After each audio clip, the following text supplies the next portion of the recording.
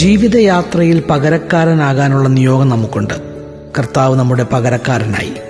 ഇനി നമ്മുടെ ഊഴമാണ്. പാപപരിഹാരത്തിൻ്റെ ബലിയാകാനല്ല, ആ ബലിയായവനിൽ സകലരെയും ചേർത്തുപിടിക്കാൻ. ജീവിതം സ്നേഹിക്കാനുള്ളതാണ്, സ്നേഹമാകട്ടെ മുറിപ്പെടാനുള്ളതും.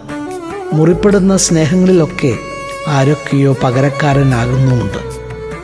ഈ ഒരു നിയോഗം വെച്ച് നമുക്ക് ആത്മാവിനോട് പ്രാർത്ഥിക്കാം. ആത്മാവേ, എന്നിൽ നിറഞ്ഞ് എന്നെയും പകരക്കാരനാക്കണമേ. ഓ പാവനാത്മാവേ, പരം നിറഞ്ഞണമേ. ഓ പാവനാത്മാവേ, പരം നിറഞ്ഞണമേ.